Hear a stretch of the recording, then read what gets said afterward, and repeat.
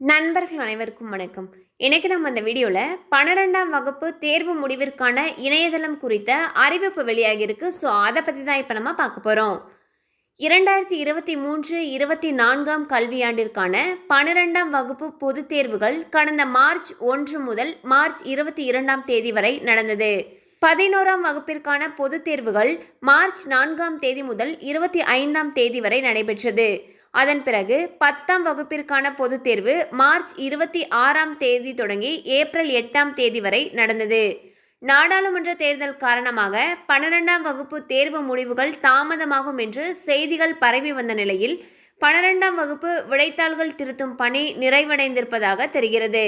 அடுத்த கட்டமாக 12ஆம் வகுப்பு மாணவர்களுடைய மதிப்பெண்களை சரிபார்த்து அதை அவர்களுடைய தரவுகளோடு சேர்த்து அப்லோட் செய்யும் பணிகள் தொடங்கப்பட்டுள்ளன.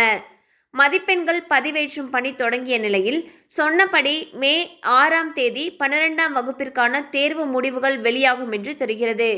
தமிழக அரசின் அதிகாரப்பூர்வ இணையதளமான tnresults.nic.in அல்லது dge.tn.gov.in என்ற இணையதளம் வாயிலாக மாணவர்கள் தங்களுடைய ரெஜிஸ்டர் எண் மற்றும் பிறந்த தேதியை பதிவிட்டு மதிப்பெண்களை காண முடியும் எனவும் தெரிவிக்கப்பட்டுள்ளது.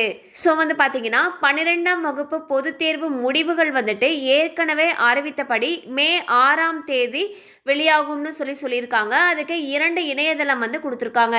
ஒன்று tnresults.nic.in மற்றொன்று dge.tn.gov.in அப்படிங்கிற இணையதளத்தில் ரிசல்ட்டை வெளியிடுவோன்னு சொல்லியிருக்காங்க. ஸோ மாணவர்கள் உங்களுடைய ரெஜிஸ்டர் எண்ணையும் பிறந்த தேதியையும் நீங்கள் பதிவிட்டு உங்களுடைய மதிப்பெண்களை தெரிஞ்சுக்கலாம்னு சொல்லியிருக்காங்க. கண்டிப்பாக இந்த அப்டேட் உங்களுக்கு பயனுள்ளதாக இருந்திருக்கும் நம்புகிறோம். மேலும் இது போல் அப்டேட்ஸ் உங்களை உடனே ரீச் ஆகணும்னு நினச்சிங்கன்னா நம்ம சேனலோடு தொடர்ந்து இணைந்திருங்கள். தேங்க்யூ ஃபார் வாட்சிங்.